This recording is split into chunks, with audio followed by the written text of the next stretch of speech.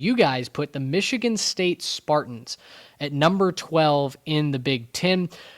I wrote that it doesn't seem possible that just 4 years ago, Michigan State was competing for Big Ten titles. They were winning the Peach Bowl. They went 11-2 with a win over ACC champion Pitt. And then they just absolutely had the bottom drop out. I mean, guys, 10 years ago now, in 2015, they went to the college football playoff. Like, we forget that Michigan State has done everything but win a national championship, even in recent college football history. And yet, with the Mel Tucker drama and the total rebuild that Jonathan Smith has had to undertake, they went 5-7 last year, which honestly felt like a nice improvement. It felt like they overachieved just a little bit. They've got Aiden Childs at quarterback. He was a 4-star that played at Oregon State, came to East Lansing with Jonathan Smith.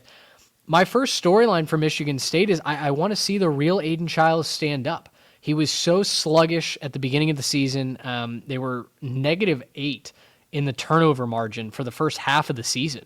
They were just inefficient driving the football. But then the second half of the season was at least a little bit better in terms of turnovers. They stunned Iowa 32-20. I was at a wedding reception with my in-laws who are big-time Iowa Hawkeyes fans. That was not all that enjoyable to watch that ship go down for the Hawks that night. But they were still inconsistent a little bit. They only scored like 14 points against Rutgers in the back half of the season as well. So Childs just needs to be more accurate, more efficient delivering the football. And with that, I think there's a lot of potential there because I love who's catching the football up there in East Lansing. The Spartans have a really solid trio. They've got Omari Kelly from Middle Tennessee State. He led the Blue Raiders in receptions a year ago. Nick Marsh was a sensational freshman last season. He's back. And then you've got Jack Veiling, who also comes back at tight end. I feel like people forget about him. Charles certainly isn't lacking for options. So when you look at this team and they've got the over-under at 5.5, Trey, I think they can start 3-0. They've got not a soft schedule necessarily to start, but a very winnable first 3 games. You just have to find 3 other games down the rest of the season.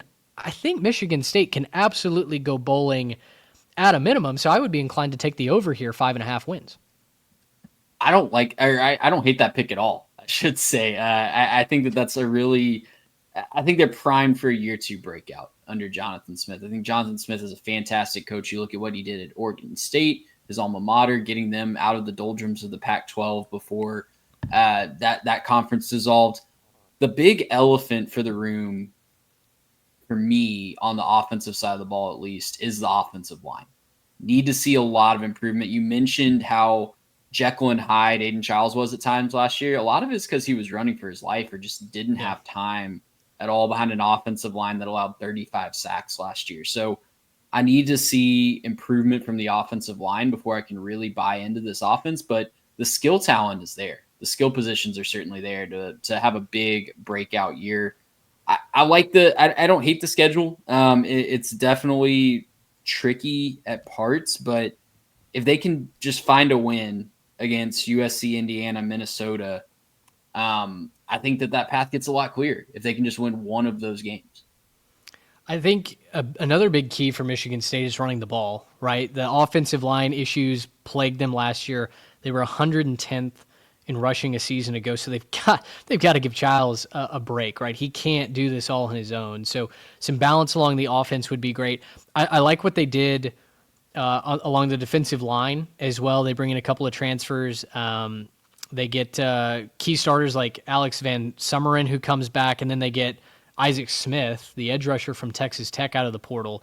So, their schedule, and I've got that pulled up right here if it'll just load. It starts fairly simply, I think, for the Spartans. You've got Western Michigan, Boston College, and Youngstown State. I don't know what to expect from Boston College, to be quite honest. I mean, they've been up and down over these last couple of years, and we've liked what they had going at times. Grayson James obviously taking over at quarterback there. They're not a just Sharpie in a win if you don't show up, but you should start 3-0.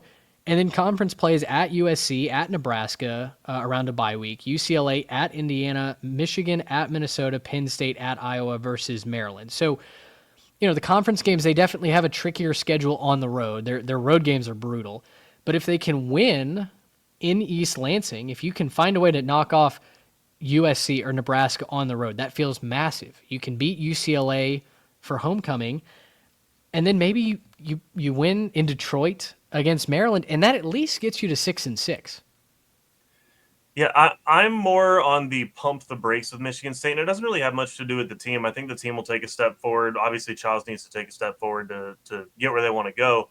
For me, it's just the fact that a lot of their toss-ups are on the road that makes me want to pump the brakes, right? Like, you have to go to USC, you have to go to Nebraska, you have to go to Minnesota, you have to go to Iowa. Those are all games that I could see them realistically maybe jumping up and winning, but you got to go play all those on the road. And for me, that's just a lot to ask of a team. Again, breaking in a lot of new pieces on the offensive line. They've got the skill positions there. That's going to be fine. A team that really couldn't run the ball that well. Hoping to see more out of that. Again, you just for me, it's a lot of the toss-up games. Then you kind of salt that in with the Indianas, Michigans, Penn States of the world. It's a tough schedule. It's for me. That's the only reason why I'm going to say, like, okay, if you're just looking at the opponent, maybe it's not that bad, but just the way that it's lined up, it's a lot of road games, and Sure. you just don't want to see that for a team in a second season. Now, that being said, if you're wanting anyone to lead your team right now, Jonathan Smith is a steady hand. He's going to have those guys ready to go. I believe he can take his team on the road and get that done, and maybe you can find a way one of those games against a USC or a Nebraska, who's probably a little bit on the desperate side right now. Maybe USC a little bit more than Nebraska, but maybe one of those teams gets a little bit more pressed and is trying to do a little bit too much to save a job or to prove something. Maybe you can do something like that. But yeah, just it's a reason why I'd pump the brakes. If they can go out here and start maybe 4-1, you'll hear a different tone from me, right? I think you get a lot more props if you can start that 3-0 and then split one of those between USC and Nebraska to start your season.